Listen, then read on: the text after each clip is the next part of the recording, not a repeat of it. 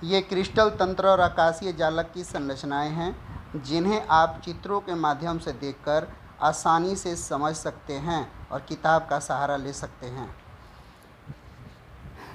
आज हम लोग बात करेंगे निविड़ संकुलित संरचनाएं के बारे में। देखिए, निविड़ संकुलित संरचनाएं मतलब closed packing structures. Closed packing structures,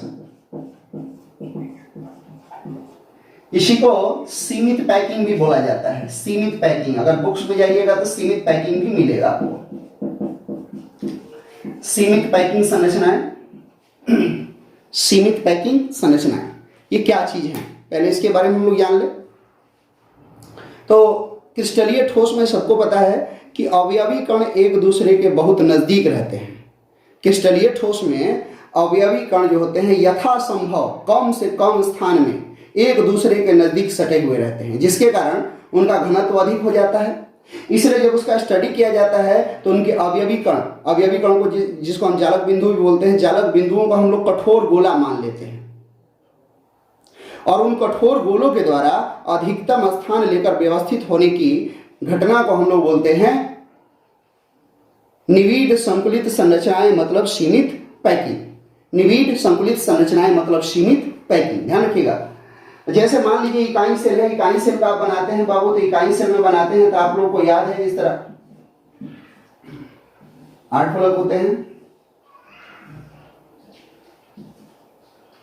8 corner हो गए आपके, अलग नहीं कॉर्नर। तो ये जो 8 कॉर्नर है, 8 कॉर्नर पे अवयवी कण होता है, अणु परमाणु आयन। तो इसी जालक बिंदु यानी अवयवी कण को हम लोग कठोर गोला मानेंगे। यानी अब बार बार हम लोग जब रिपीट करेंगे कठोर गोला कठोर गोला कठोर गोला कठोर, तो कठोर गोला का मतलब होगा अवयवी कण यानी जालक बिंदु। तो पुनः एक बार रिपीट करते हैं कि क्रिस्टलीय ठोस में अवयवी कण यथासंभव कम से कम स्थान में एक दूसरे के नजदीक सटे हुए रहते हैं, जिससे उसका घनत्व अधिक हो जाता है। और इसलिए जब हम लोग को क्रिस्टल के त्रिआयामी संरचना का अध्ययन करना होता है तो हम उसके अवयवी कणों को कठोर गोला मान लेते हैं और कठोर गोलों के द्वारा अधिकतम स्थान लेकर व्यवस्थित होने की प्रक्रिया को, घटना को बोलते हैं सीमित पैकिंग मतलब निविड़ संकुलित संरचनाएं। अब हमको ये देखना है कि ये जो सीमित पैकिंग है कितने प्रकार की होती है, कैसे हम गोलों को सजा सकते हैं। तो गोलों को सजाने की 3 विधियां हो सकती हैं, एक 1D में, एक 2D में और एक 3D में। 1D मतलब 1 डायमेंशनल, 2D मतलब 2 डायमेंशनल, 3D मतलब 3 डायमेंशनल, मतलब 1 विमा में, 2 विमा में और 3 विमा में। ध्यान रखिएगा, आज का लेक्चर जो है बहुत इंपॉर्टेंट होने वाला है। बहुत से ऑब्जेक्टिव प्रश्न आप लोगों को मिलेंगे, इसमें सब्जेक्टिव नहीं है। तो ऑब्जेक्टिव के व्यू से आपको समझना है, इसमें ज्यादा रिटेन नहीं करना होता है, लेकिन ऑब्जेक्टिव क्वेश्चनों को निकाल लेना है, समझ लेना है। ऑब्जेक्टिव का ऑब्जेक्टिव की तरह तैयारी किया जाता है।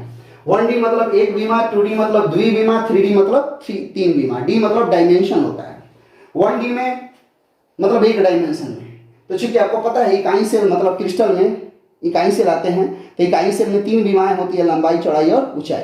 तो पहले हम 1 विमा में देखते हैं। इस गोलों को सजाने की पहली विधि कौन है? 1 विमा में। 1 विमा में सीमित पैकिंग। 1 विमा में सीमित पैकिंग कैसे होती है देख लीजिए बाबू। तो 1 विमा में मतलब एक ही विमा लेना है, कोई या तो लंबाई नहीं तो चौड़ाई नहीं तो ऊंचाई, और एक गोले को दूसरे गोले के संपर्क में रखते हुए सजाते जाना है। जैसे मान लीजिए ये एक गोला है, मतलब एक अवयवी कण, फिर ये दूसरा गोला है, तीसरा गोला है, चौथा गोला है, 5वां गोला है, छठा गोला है। इसी तरह कंटिन्यूअसली क्या कीजिए, सजाते जाइए। ध्यान दीजिए, ये हम लोग इस तरह लिए हैं, इस तरह भी ले सकते हैं, y अक्ष पर भी ले सकते हैं, z अक्ष पर भी ले सकते हैं, x अक्ष पर भी ले सकते हैं, किसी एक ही विमा में ले सकते हैं।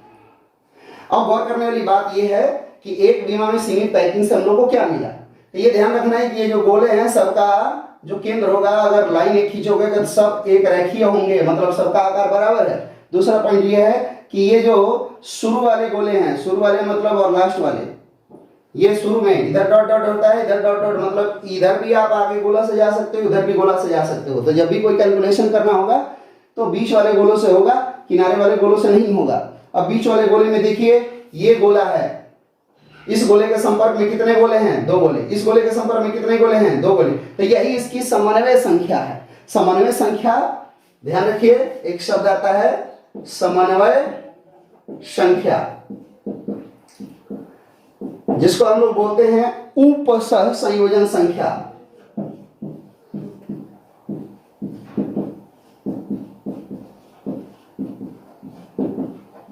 इसको इंग्लिश में बोलते हैं कोऑर्डिनेशन नंबर, जिसको हम लोग डिनोट किए थे CN से। CN का मतलब होता है कोऑर्डिनेशन नंबर, यानी कि समन्वय संख्या। तो CN का मतलब आप लोग को समझ में आ गया। CN का मतलब होता है समन्वय संख्या, मतलब कोऑर्डिनेशन नंबर। चलिए, तो इस शब्द को आप लोग रिमेंबर रखिएगा, आगे इसका भी परिभाषा बताने वाले हैं आपको। इसमें प्रत्येक गोला कितने गोलों के संपर्क में है? 2 गोलों के है। तो ये एक विमा में प्रत्येक गोले की समन्वय संख्या कितनी होती है? 2 होती है, क्योंकि प्रत्येक गोला कितने गोलों के संपर्क में रहता है? 2 गोलों के। ये बहुत इजी है, इसमें कोई प्रश्न नहीं है। चलिए, अब हम लोग चलते हैं द्विविमा में।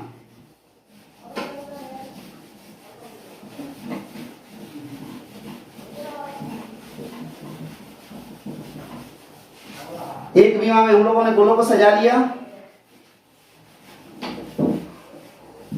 अब 2 विमा में कैसे गोलों को सजाते हैं? तो 2 नंबर पे लिखिएगा, द्विविमा में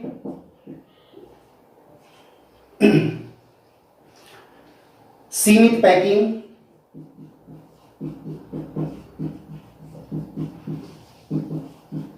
द्विविमा में सीमित पैकिंग मतलब द्विविमा में गोलों को सजाना है और स्ट्रक्चर्स बनानी है। तो द्विविमा में गोलों को सजाने की 2 विधियां हैं, A और B।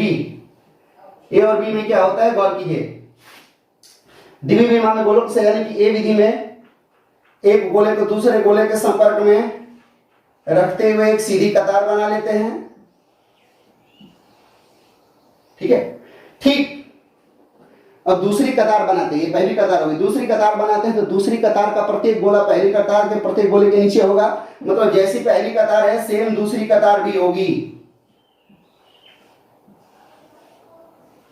एक दूसरे के संपर्क में रहते हुए। तीसरी कतार भी सेम पहली कतार की तरह होगी।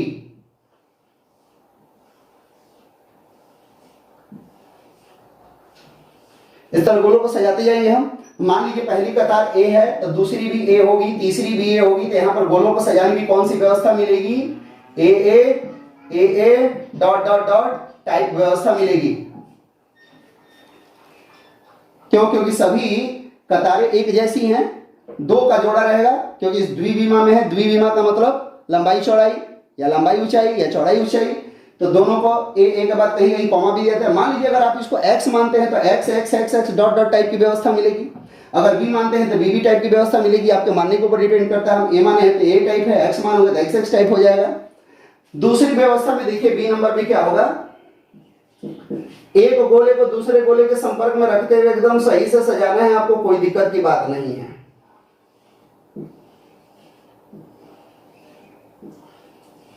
सजाते जाओगे। ये पहली कतार हो गई। अब दूसरी कतार में जब गोलों को रखना है तो इस प्रकार से रखना है कि दूसरी कतार का प्रत्येक गोला पहली कतार के 2 गोलों के संपर्क में हो। तो 2 गोलों के संपर्क में लाने के लिए यहां पर बीच में रखना पड़ेगा, तभी ये गोला 2 गोलों के संपर्क में आया। फिर यहां बीच में रखना पड़ेगा, फिर यहां बीच में रखना पड़ेगा, फिर यहां बीच में रखना पड़ेगा, फिर यहां बीच में रखना पड़ेगा, फिर यहां बीच में रखना पड़ेगा।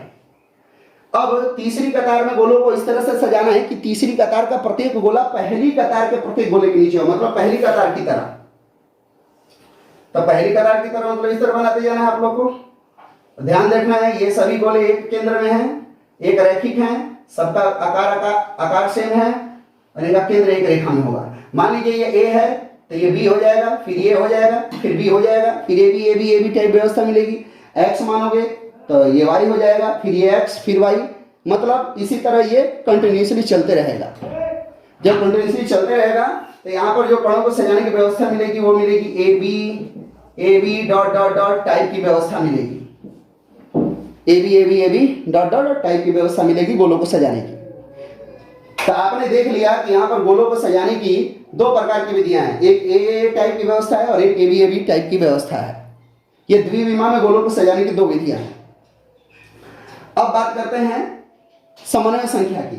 तो किनारे वाले गोलों को छोड़कर बीच वाला कोई भी गोला पकड़ो। मान लो ये गोला पकड़े, ये गोला इस गोले के संपर्क में कितने गोले हैं? तो 1 2 3 4। तो ए टाइप की 2D में, कहा बाबू? द्विविमा यानी 2D में सीमित पैकिंग में ए टाइप की जो व्यवस्था है उसमें प्रत्येक गोले की समन्वय संख्या 4 होती है। ए टाइप की जो व्यवस्था है गोलों को सजाने की, उसमें प्रत्येक गोले की समन्वय संख्या 4 होती है 2D में।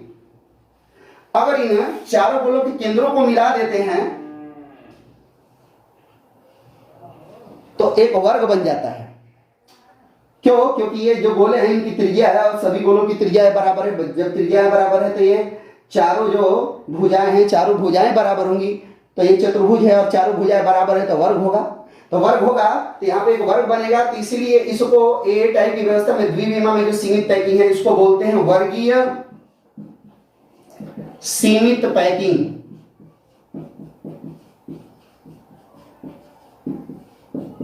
मतलब स्क्वायर क्लोज पैकिंग। क्यों बोला गया? क्योंकि यहां पे स्क्वायर बना है। तो स्क्वायर बना है तो ये जो ए टाइप की व्यवस्था है इसे हम लोग वर्गीय सीमित पैकिंग भी कहते हैं, यानी स्क्वायर क्लोज पैकिंग भी कहते हैं। और इसका संकेत होता है SCP।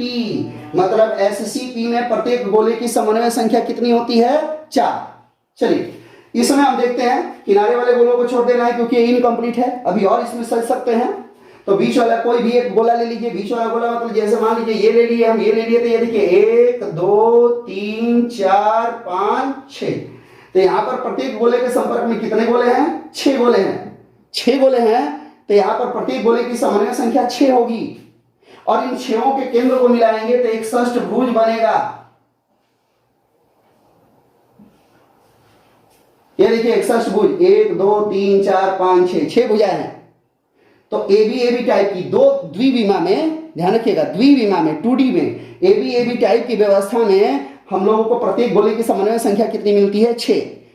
6 को केंद्रों को मिलाते हैं तो क्या मिलता है हम लोग को? षष्ठ भुजीय संरचना। इसलिए इसको बोला जाता है षष्ठभुजीय सीमित पैकिंग, खटभुजीय सीमित पैकिंग। गौर कीजिएगा, इसको कहते हैं हम लोग इंग्लिश में हेक्सागोनल क्लोज पैकिंग। मतलब इसका हो जाएगा आपका HCP।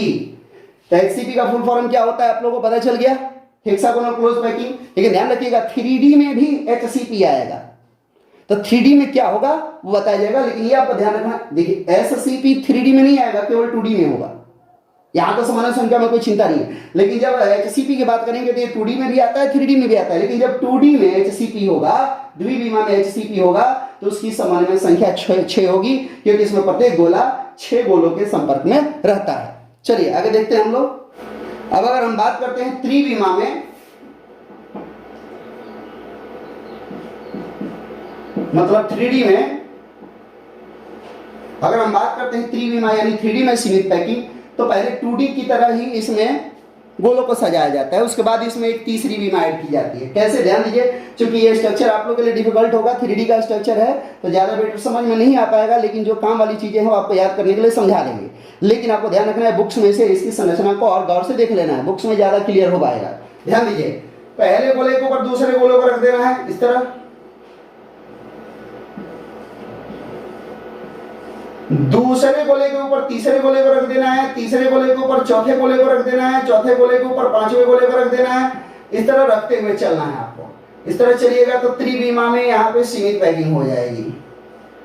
जब त्रिविमा में सीमित पैकिंग होगी तो इसमें गोलों का संरचना एक प्रकार का है, तो इसमें जो व्यवस्था मिलेगी ए ए ए ए ए ए 3 को लेकर टाइप व्यवस्था मिलेगी। 3 इसलिए लिखे क्योंकि त्रिविमा है, लंबाई चौड़ाई और ऊंचाई। और इसमें प्रत्येक गोले के संपर्क में कितने गोले रहेंगे? इसमें प्रत्येक गोले के संपर्क में 12 गोले रहेंगे, मतलब इसमें समन्वय संख्या 12 होगी। और ए टाइप की व्यवस्था में सीसीपी संरचना बनेगी। सीसीपी का मतलब cubic close packing, cubic close packing. और इसमें समन्वय संख्या कितनी होगी? 12। 3D में जाएंगे तो देखिए फिर वही कहानी, पहली कतार के ऊपर दूसरी कतार,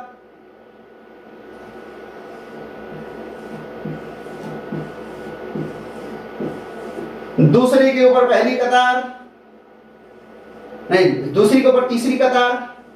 इस तरह सजाते जाइएगा तो यहां पर भी आपको एक एचसीपी संरचना मिलेगी। कौन सी एचसीपी? एचसीपी का मतलब हेक्सागोनल क्लोज पैकिंग। ये एबीसी एबीसी एबीसी, मान लीजिए एक ए तो एक बी और एक सी अलग अलग होगा। यहाँ पे हेक्सागोनल क्लोज पैकिंग मिलेगा एबीसी एबीसी। तो 3D में जो हेक्सागोनल क्लोज पैकिंग हुआ उसमें समन्वय संख्या होगी 12। 3D में जो होगा उसमें समन्वय संख्या होगी कितनी? 12। चलिए आगे बात करते हैं। अब बात करते हैं हम इस चीज की कि समन्वय संख्या क्या चीज है।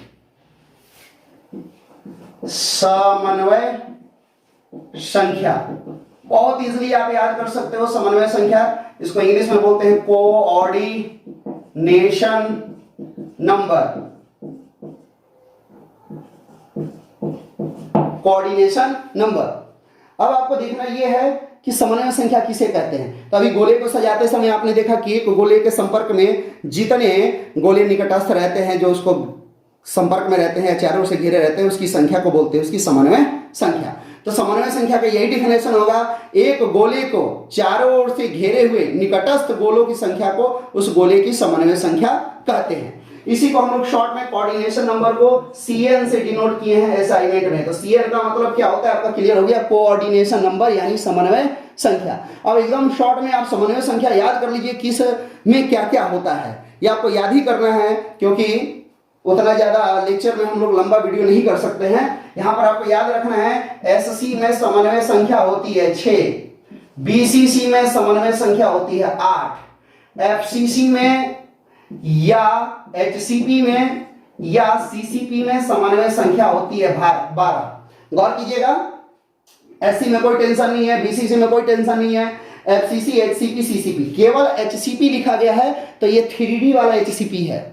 अगर 2D में बोलेगा तो द्विविमा में HCP यानी 2D में HCP बोलेगा। 2D में HCP नहीं बोल रहा है, यहाँ पे केवल HCP बोल रहा है, तो केवल HCP बोल रहा है मतलब 3D में HCP है, मतलब इसकी समन्वय संख्या होगी 12। ये आपको याद रखना है हमेशा। SC में समन्वय संख्या 6, BCC में 8, FCC SCP और CCP में समन्वय संख्या कितनी होती है? 12। अब समन्वय संख्या के आधार पर हम आकृति भी बता सकते हैं। जैसे मान लीजिए CN है तो CN का मान कितना कितना हो सकता है? CN हो सकता है 2, 3, 4, 6, 8, 12। गौर कीजिएगा, 2 है तो लीनियर होगा आकृति। आकृति क्या होगा? लीनियर मतलब रैखिक। 3 है तो त्रिकोणीय त्रिभुजाकार मतलब ट्राइंगुलर। 3 है तो ट्राइएंगुलर। अगर 4 है तो 4 में 2 प्रकार की संरचनाएं संभव हैं। क्या क्या? एक टेट्राहेड्रल मतलब चतुष्फलकीय, टेट्राहेड्रल, टेट्राहेड्रल, या एक होता है स्क्वायर प्लेनर मतलब वर्गीय समतलीय। एक और होता है स्क्वायर प्लेनर मतलब वर्गीय समतलीय। अगर 6 है तो हेक्सागोनल मतलब षष्ठकोणीय। और अगर 8 है, सॉरी हेक्सागोनल नहीं 6 होता है तो इसमें हेक्सागोनल नहीं होता है, अष्टफलकीय होता है। और अगर 8 है तो BCC और 12 है तो FCC। लेकिन ये सबके लिए लागू नहीं होता है, क्योंकि आपको पता है कि क्रिस्टल जो होते हैं वो 4 प्रकार के होते हैं। क्रिस्टल ये ठोस, आयनिक, सहसंयोजक, आणविक और धात्विक। तो ये आणविक, सहसंयोजक, धात्विक पर तो लागू होगा, लेकिन आयनिक पर लागू नहीं होगा। आयनिक पर क्यों नहीं लागू होगा? क्योंकि आयनिक का कैलकुलेशन जो होता है त्रिज्या अनुपात पर चलता है। और त्रिज्या अनुपात क्या है? तो धनायन और ऋणायन की त्रिज्या का अनुपात को हम बोलते हैं त्रिज्या अनुपात। ये किसमें होगा? आयनिक ठोस में। तो इतना वैसे तो कुछ मदद मिलेगा आप लोग को। आगे देखिएगा,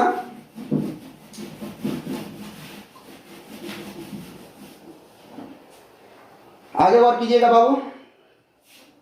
यहां पर आयनिक में एक उदाहरण लेते हैं NaCl। NaCl तो Na प्लस और Cl माइनस, ये धनायन की त्रिज्या और ये ऋणायन की त्रिज्या है। इसमें त्रिज्या अनुपात जो होता है, त्रिज्या अनुपात, ये त्रिज्या अनुपात बराबर होता है धनायन का त्रिज्या का अनुपात बटा में ऋणायन की त्रिज्या का अनुपात।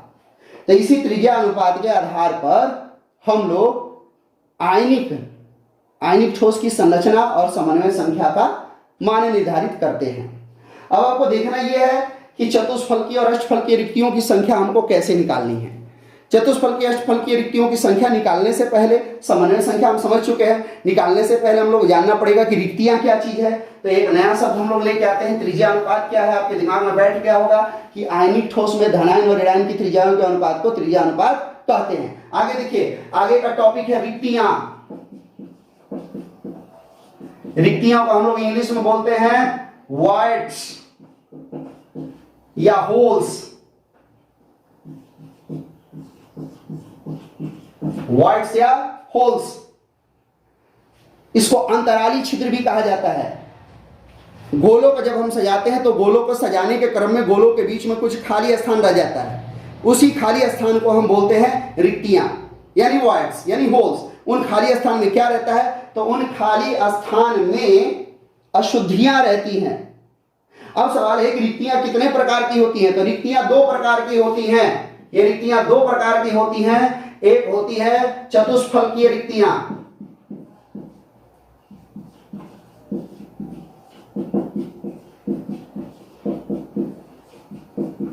और एक होती है अष्टफलकीय रिक्तियां।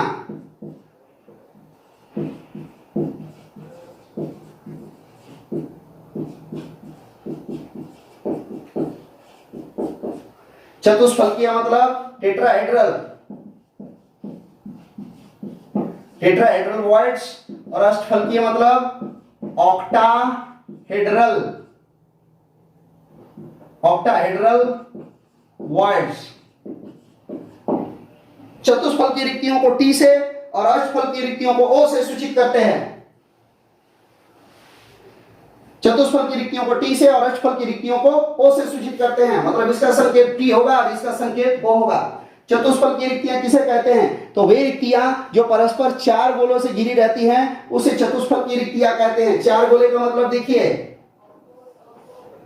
ये दो गोले हैं, ये ऊपर एक गोला होगा और फिर ये एक गोला होगा और यहां पे एक खाली स्थान है, इसी को बोलते हैं चतुष्फलकीय रिक्तियां, मतलब टी। यहां पर टी होगा।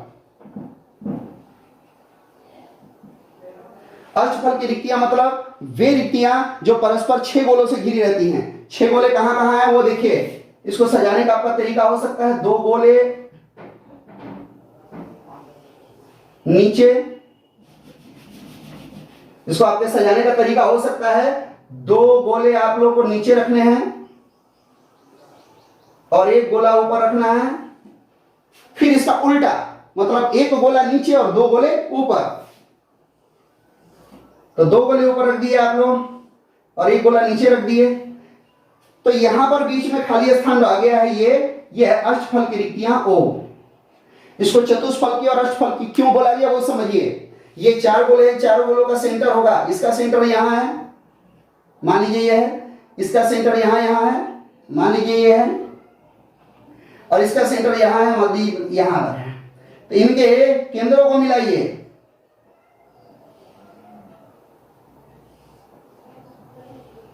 अब देखिए इसमें आप देखते हैं गौर से, तो चार फलके हैं, 1 2 3 4। ये डॉट डॉट से मिलाना है आपको। तो चूंकि 1 2 3 4 फलके हैं इसलिए इसको चतुष्फलकीय बोला गया। इसमें जब देखिएगा आप, इसमें 6 बिंदु हैं, 1 2 3 4 5 6। तो ये इस प्रकार की संरचना बनती है। देखिए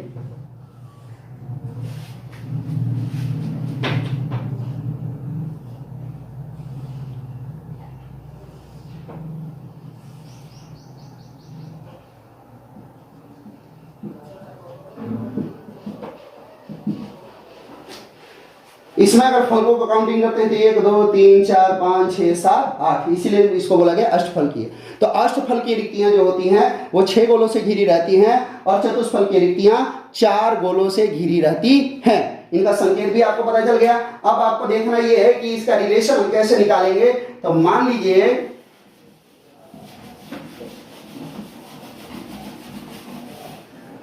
लीजिए कि कोई क्रिस्टल है, उसमें चतुष्फलकीय रिक्तियों की संख्या n है। यानी कुल परमाणुओं की संख्या पहले मान लीजिए कि किसी क्रिस्टल में कुल परमाणु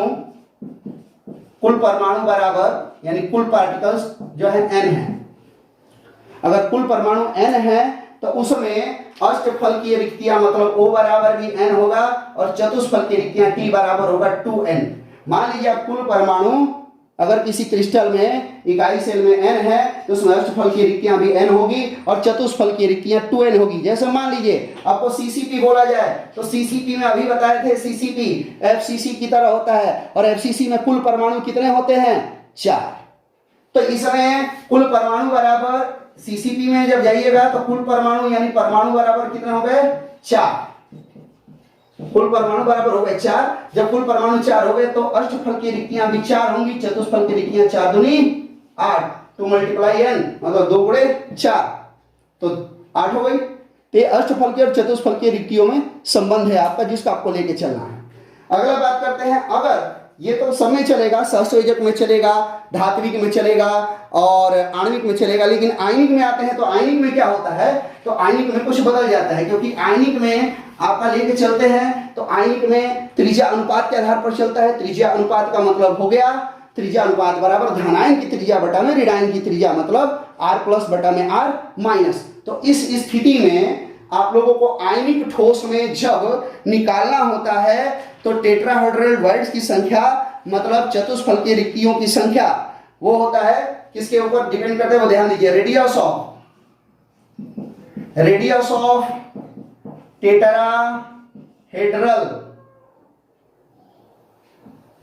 टेट्राहेड्रल वॉइड्स बराबर यहां पर क्या होगा आप लोगों का, रेडियस मतलब त्रिज्या ऑफ टेट्राहेड्रल वॉइड्स मतलब चतुष्फलकीय रिक्तियां। टेट्राहेड्रल वॉइड्स के त्रिज्या जो होगी वो होगी 0.225 गुणे रेडियस ऑफ आयन।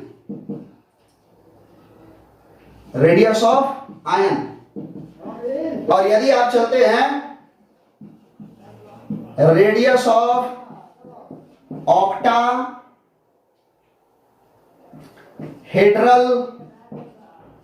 वॉइड्स तो ऑक्टाहेड्रल वॉइड्स बराबर हो जाएगा 0.414 गुणे रेडियस ऑफ आयन।